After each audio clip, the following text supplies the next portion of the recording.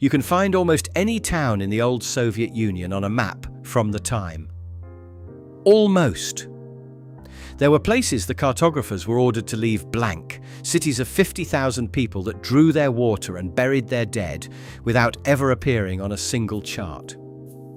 At least that is what the maps showed. We found 10 of them, every one built to make the bomb. Stay through to number 1, a town the Soviets called Chelyabinsk 40, where in 1957 a tank of nuclear waste exploded into the third worst nuclear accident in history.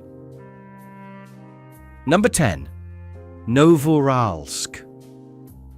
It was 1946, and in the forested hills north of Yekaterinburg, the Soviet state began building a town it had no intention of ever admitting to.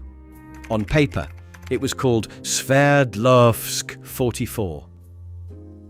To the outside world, it was nothing at all.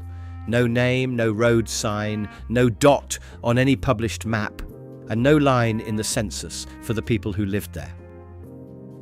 What they were building was the Ural Electrochemical Combine, and at its heart stood the first Soviet gaseous diffusion plant, a hall of humming machinery the size of a town in its own right. Its single job was to enrich uranium.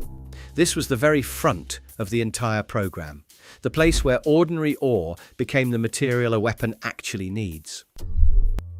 The plant came online around 1949, the same year the Soviets tested their first bomb. Without what came out of Novouralsk, none of the other 9 towns on this list had anything to work with. Around 88,000 people eventually lived behind the wire. They could not tell their own parents where they were posted, but for that silence, the state paid them in full, with stocked shops and good schools in a country that frequently had neither. The fence is still standing, so is the plant, which today is one of the largest uranium enrichment sites anywhere on Earth, and foreigners are still turned back at the checkpoint. A town that fed the bomb for 70 years and quietly still does, sitting in plain sight in the hills. Number 9, Lesnoy. A little further north sits another fenced town that began life in 1947 around a single secret factory known only as Plant 418. It started with brute force. The first method used here was electromagnetic separation, the same slow and punishing process the Americans had run at Oak Ridge, coaxing uranium up towards 90% purity, one charged particle at a time. It worked, but it was painfully inefficient, and the gaseous diffusion plants soon made the whole approach obsolete. So in the late 1950s, the town was handed a far darker purpose. It began assembling the weapons themselves. The combine that did it, called Elektrochimpribor, was built deliberately to copy the assembly plant at the birthplace town we will reach at number 3. Where one town had once enriched the fuel, this one now bolted together the finished bombs. Some 54,000 people lived behind the perimeter to do this work, raising families a few streets away from a production line for nuclear warheads. The combine was an almost exact duplicate of the avant-garde plant at the birthplace town, deliberately so. If one assembly line was ever lost, the other could carry the whole arsenal alone, and the work never stopped. Lesnoy is still a closed city, and it remains one of only 2 places in the whole of Russia where nuclear warheads are both put together and taken apart. For a town that most of the world has never heard named, that is a remarkable amount of power to keep behind a single fence. But Lesnoy was far from the strangest thing the Soviets hid in the trees. The fences kept multiplying, and so did the secrets behind them. Number 8, Zhelenogorsk. 2,000 miles east of the Urals, on the banks of a Siberian river, the Soviets built another enrichment city and called it Krasnoyarsk 45. It went up from 1956. Like all the rest, it carried no name the outside world was permitted to use, and it sat on no map that anyone could buy. Inside was the electrochemical plant, which over the following decades grew into one of the largest centrifuge enrichment operations on the planet, spinning uranium gas at enormous speed to concentrate the material a warhead requires. And here, the story turns almost absurd. After the Cold War ended, plants like this one took the highly enriched uranium out of dismantled Soviet warheads, watered it down into ordinary reactor fuel, and sold it to the United States. The program even had a name that sounds like science fiction. They called it megatons to megawatts, and it ran for 2 decades. For 20 years, a meaningful share of the electricity in American homes was generated from the cores of the very weapons that had once been pointed at them. Around 65,000 people live in Zelenogorsk. The town has never opened. Russian citizens still need permission to enter, and foreigners are simply not allowed. It is a quiet irony, the kind this whole subject is full of. The uranium that was built to end American cities ended up lighting them instead. Number 7. Trekhgorny. Back in the southern Urals, pressed up against the mountains beside the Ur-Uzan River, lies a town that went up in 1952 under the code name Zlatust 36. Its purpose was final assembly. The instrument-making plant here took the physics packages designed and built in other secret towns and turned them into complete, deliverable weapons, then dismantled the old ones when their service life ran out. It was the last link in the chain. The uranium and plutonium were made elsewhere, the warheads designed elsewhere, but it was here that the finished bombs were actually born. Every weapon had to pass through a town like this one before it could ever be loaded onto a missile or a bomber. If you are finding all of this quietly horrifying, then subscribe, because there is a forgotten Soviet town like this one for almost every part of the Cold War machine, and we are working our way through them. Around 30,000 people still live inside the Trekhgorny fence today, in a town that exists on the map now, but answers to a different set of rules than anywhere around it. While the towns of the Urals screwed the warheads together, the question of what actually went inside them was being fought over by 2 rival cities. We have already brushed past one of them. Here is the other. Number 6. Snezhinsk. In 1955, in the Chelyabinsk region, the Soviets did something that sounds almost extravagant. They built a second bomb laboratory. They could have stopped at one. They did not. They already had one, at the Birthplace town further west. But the leadership wanted competition, redundancy, and insurance against a single enemy strike, wiping out all their best physicists at once. So they founded a rival, codenamed Chelyabinsk 70. If one laboratory was ever destroyed in a first strike, the other would keep the country in the race. It was the exact mirror of what the Americans had done when they built Livermore to rival Los Alamos. 2 laboratories racing each other to design the next warhead, each watching the other's work. Its first scientific director was Kirill Shchelkin, the man who had armed and stood beside the very first Soviet bomb on its test tower. Around 46,000 people came to live and work in his secret city, and the institute he founded still bears the name of the physicist Tsar Babakin. Everything the program needed was now in place. The uranium, the assembly halls, the 2 rival design bureaus. What none of these towns had reckoned with was where all the waste was going to go.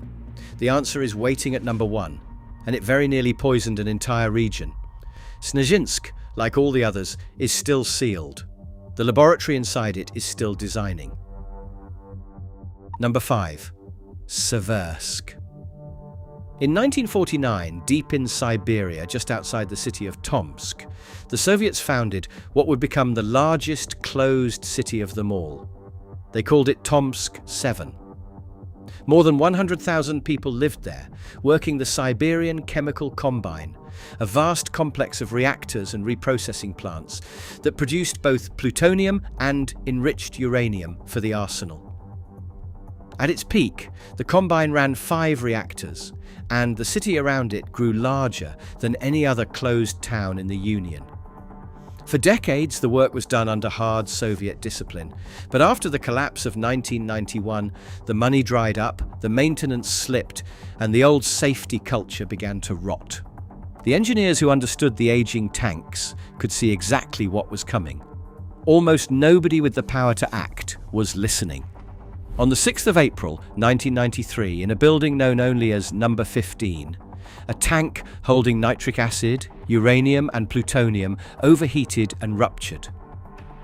The explosion blew out the walls on 2 stories of the plant. A radioactive cloud drifted northeast and contaminated more than 100 square kilometers of Siberian forest and farmland. On the international scale, it was rated a Level 4 accident, a serious event in its own right. Most people outside Russia never heard a word about it.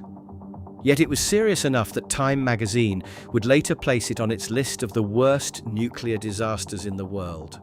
Seversk is still a closed city. The combine is still running, and the contamination from that spring morning is still in the soil. Number 4. Zheleznogorsk. This one is the strangest site on the entire list, because most of it you cannot see at all. Founded in 1950, on the Yenisei River in the Siberian forest, the closed city went by the codename Krasnoyarsk 26. And the heart of it was never built above ground. It was carved straight into a granite mountain. Inside the rock sat the mining and chemical combine with its plutonium reactors and what was, by several accounts, the only underground nuclear power plant on Earth. The whole point was to survive a direct nuclear strike and keep producing regardless. The Americans suspected something was there long before it was finished. An American spy balloon is said to have photographed the tunneling spoil heaps in the mid-1950s, the one mistake that gave the place away. Around 100,000 people lived above those tunnels, so well supplied that jealous outsiders nicknamed them the Chocolate Eaters. Officially, not one of them existed. Over 4 decades, the reactors inside the mountain are estimated to have produced enough plutonium for thousands of warheads, all of it carved out beneath a quiet Siberian town that did not appear in any record. And here is the eerie part.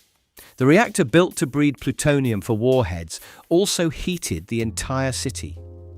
By the end, the engineers could not simply switch it off, because if they did, 100,000 people would freeze through a Siberian winter. The machine built to help end cities had become the only thing keeping this one alive. The last reactor finally went cold around 2010. The city stayed shut. It still is. And it still handles some of the most dangerous material in the country. Number 3. Sarov. For 200 years, this was holy ground. It was the monastery of St. Seraphim, one of the most revered sites in the Russian Orthodox Church, set deep in the forest east of Moscow. The Bolsheviks closed the monastery in the 1920s. The monks were repressed, and many of them were executed. During the war, the buildings were turned over to making rocket launchers. Then, in 1946, the whole town simply vanished. The Soviet state struck Sarov from every unclassified map, renamed it Arzamas 16, and behind a new perimeter fence, it became the birthplace of the Soviet bomb. This was the laboratory the residents wryly called Los Arzamas, the direct answer to America's Los Alamos. It was led for decades by the physicist Yuli Khariton, and the whole settlement was wrapped inside an exclusion zone many kilometers deep. The first Soviet atomic bomb was designed within these fences.